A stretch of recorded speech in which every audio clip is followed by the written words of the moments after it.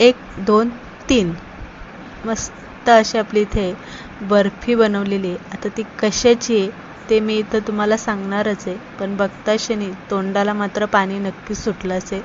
तर ही बर्फी ओल्या नारळाची मी बनवून घेतलेली. अगदी जिभेवरती ठेवली की पेढ्यासारखी लगेच विरघळून जाईल, वाटणार सुद्धा नाही ती ओल्या नारळाची. असं वाटल की ती खव्याची बनवली आहे की काय. ती कशी बनवायची अगदी पद्धत वेगळ्या पद्धतीने मी बनवलेली आहे. व्हिडिओ शेवटपर्यंत बघा म्हणजे तुम्हाला ती नक्की समजेल.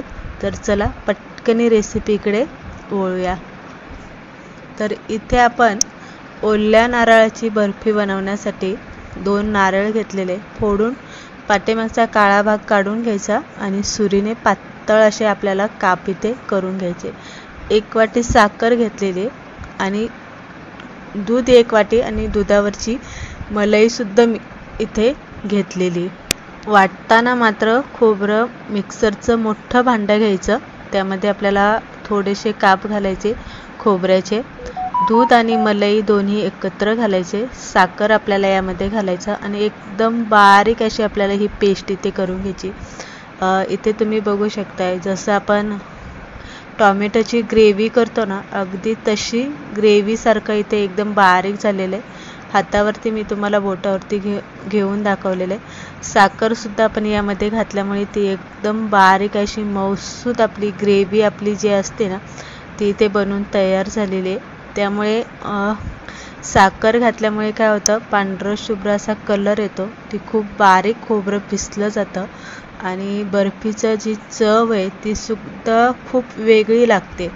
तर नेहमी आपण असं बनवत नाही, आपण साखर ही नंतरनं घालतो किंवा दूध नंतरनं घालतो, पण ह्या बर्फीमध्ये अगदीच आपण तसं केलेलं नाही आहे. कढईमध्ये आपल्याला 1 चमचा तूप घालायचं, जेणेकरून बर्फीचा जो आपण इथे बेस बनवणार आहे तो खाली लागू नये म्हणून, आणि आपल्याला यामध्ये घालून घ्यायचं. तर तुम्ही ते बघू शकता अगदी जे खोबरं वाटून घेतलेलं आहे ते एकदम पांढरं शुभ्र झालेलं आहे. वरनं थोडंसं झाकण ठेवायचं आपल्याला 5-10 मिनटं, जेणेकरून खोबरं व्यवस्थित शिजलं गेलं पाहिजे. आणि खोबरं शिजताना असं बुडबुड्या निघताना जे दूध असतं ते असं उडतं बाहेर, ते उडू नये म्हणून गॅस मात्र आपल्याला इथे मिडियम ठेवायचा आहे. परत एकदा हलवून घ्यायचं, अधनंमधनं हलवत राहायचं, झाकण ठेवायचं. तर इथे तुम्ही बघू शकताय अगदी जे खव्यासारखं टेक्स्चर याचं आलेलं आहे. असं वाटतंय की आपण दुधाचाच खवा इथे बनवून घेतलेला आहे. सुक्कं झालं की त्यामध्ये मगज घालून घेतलेले. अर्धा चमचा आपल्याला विलायची पूड यामध्ये घालून व्यवस्थित मिक्स करून घ्यायचं.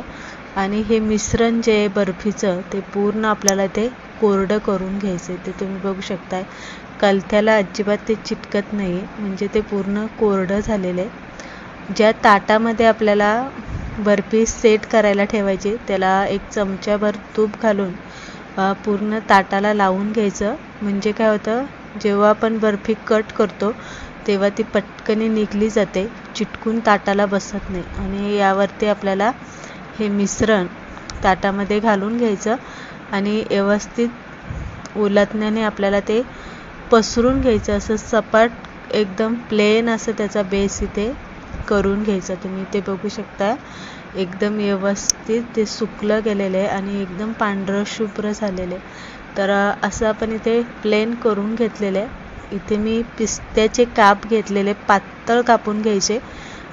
तुम्ही तुमच्या आवडीनुसार ड्रायफ्रूट यावरती घालू शकता किंवा चांदीचं वर्कसुद्धा लावू शकता. इथे पिस्ता बारीक कट करून घ्यायचा आणि यावरती गरम असतानाच आपल्याला घालून घ्यायचं, म्हणजे ते बर्फीला व्यवस्थित चिटकून राहतं. तर इथे आपण पिस्ता पांगून घेतलेला आहे. 1 छोटीशी वाटी घ्यायची आणि सगळ्या शेवटी वाटी त्यावरती फिरवायची, म्हणजे पिस्त्याचे छोटे छोटे काप बर्फीमध्ये व्यवस्थित चिटकले जाईल आणि बर्फीसुद्धा एकदम प्लेन होईल. तर इथे तुम्ही बघू शकता. आणि त्यानंतर आपल्याला यावरती झाकण ठेवायचं. थोडीशी ती नॉर्मल झाली की झाकण ठेवून फ्रीजमध्ये आपल्याला ठेवायची, म्हणजे ती व्यवस्थित आवळली जाईल.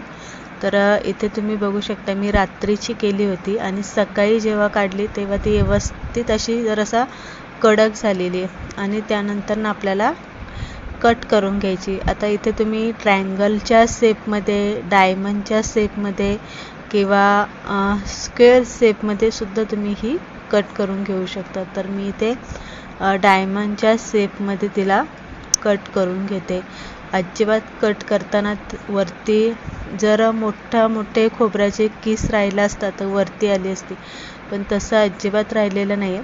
त्यानंतर आपल्याला बर्फी काढताना सपाट असं काहीतरी घ्यायचं आणि त्याने असं खालून घालायचं, म्हणजे बर्फी व्यवस्थित निघाली जाते. तर तुम्ही बघू शकता वड्या व्यवस्थित छान पडलेल्या आहे, कुठेही तुटलेल्या नाही आहे आणि अगदी सहज त्या निघल्या जातात. इतकी पांढरशुभ्र, जसं खोबऱ्याचा आतला भाग असतो तशीच एकदम पांढरशुभ्र अशी आपली इथे ओल्या नारळाची बर्फी इथे अगदी साध्या सोप्या पद्धतीने पण थोडीशी वेगळी पद्धत वापरून मी बनवलेली.